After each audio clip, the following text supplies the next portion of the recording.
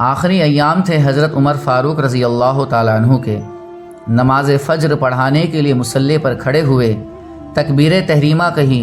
بالکل اچانک فیروز ابو اللولو مجوسی، جو آپ سے نفرت کرتا تھا، صف سے نکل کر آپ کے شکم میں خنجر مارا اور بھاگتے ہوئے دوسرے نمازیوں کو بھی خنجر سے زخمی کیا، جن میں سے 9 آدمی شہید ہو گئے۔ ایک نمازی نے ابو اللولو مجوسی کو پکڑ لیا تو اس نے اپنے آپ کو بھی خنجر مار کر خودکشی کر لی۔ پھر حضرت عبد الرحمن بن عوف نے مصلی پر جا کر مختصر طور پر نماز پڑھائی۔ زخمی ہونے پر حضرت عمر فاروق نے دریافت فرمایا کہ میرا قاتل کون ہے؟ میرا قاتل کون ہے؟ تو لوگوں نے بتایا کہ ابو اللولو مجوسی۔ تو آپ کی زبان مبارکہ سے یہ الفاظ نکلے: الحمدللہ الذی لم یجعل میتنی بیدی رجل مسلم۔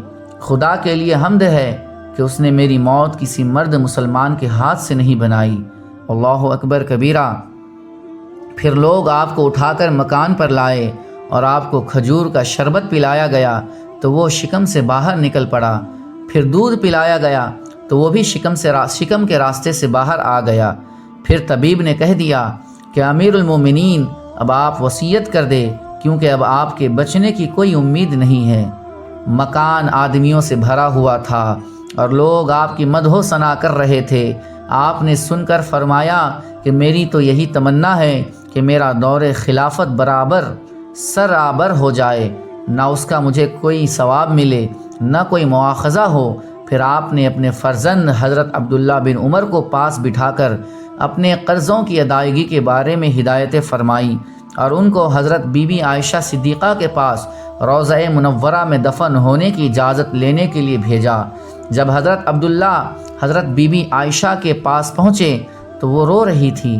انہوں نے فرمایا کہ روضہ منورہ کے اندر ایک قبر کی جگہ ہے جس کو میں نے اپنے لیے رکھا تھا، مگر آج میں حضرت عمر کو اپنی ذات پر ترجیح دیتی ہوں۔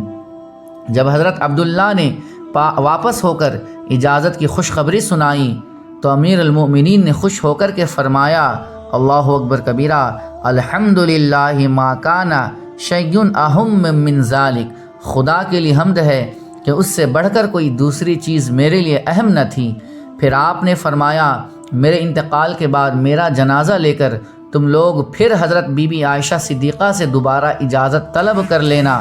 اگر وہ اجازت دے تو مجھے روضہ منورہ میں دفن کرنا، ورنہ تم لوگ مجھے مسلمانوں کے قبرستان میں مدفون کر دینا۔ اس کے بعد لوگوں نے اصرار کیا کہ اے امیر المومنین، آپ کسی کو خلیفہ مقرر کر دیجئے۔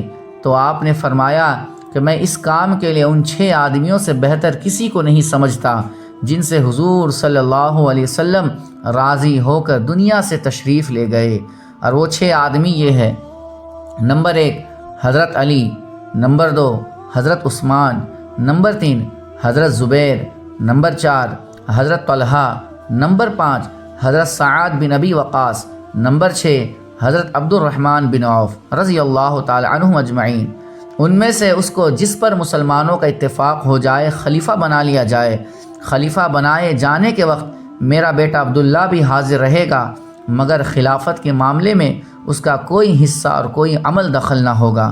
پھر آپ نے اپنے بعد ہونے والے خلیفہ کے لیے یہ وصیت فرمائی کہ وہ مہاجرین اولین کے اعزاز و اکرام کا خاص طور پر خیال و لحاظ رکھے اور انصار کے ساتھ نیک سلوک اور اچھا برتاؤ کرتا رہے، اور شہریوں کے ساتھ بھلائی اور دیہاتیوں کے ساتھ نیک برتاؤ کرے، اور ذمیوں کا خاص طریقے سے خیال رکھیں، اور ان سب لوگوں کے بارے کچھ تعریفی کلمات بھی فرمائے۔ پھر فوراً آپ ہی کا وصال ہو گیا۔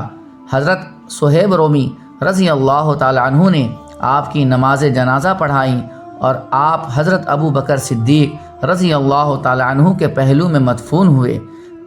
بوقت وفات آپ کی عمر 63 سال تھیں۔